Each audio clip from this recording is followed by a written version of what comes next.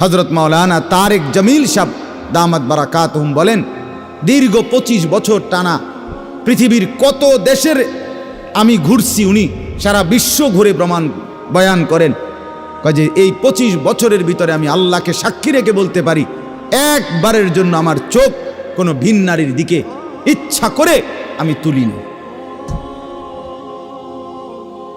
হ্যাঁ, আমার শায়েখ আরিফ বিল্লাহ আল্লামা মুফতি মুশতাকুন নবী কাসেমি হজরতের কাছে আমি শুনছি, হজরত বলছেন যে আল্লাহ তাআলার দয়া যে রাস্তায় বের হলে মহিলা রাস্তায় হাঁটে, আমার কখনো এটা মনেই হয় না। আপনি বলবেন হ এটি বুঝি কথা, হয় এটি কথা, এটাই কথা, এটাই কথা।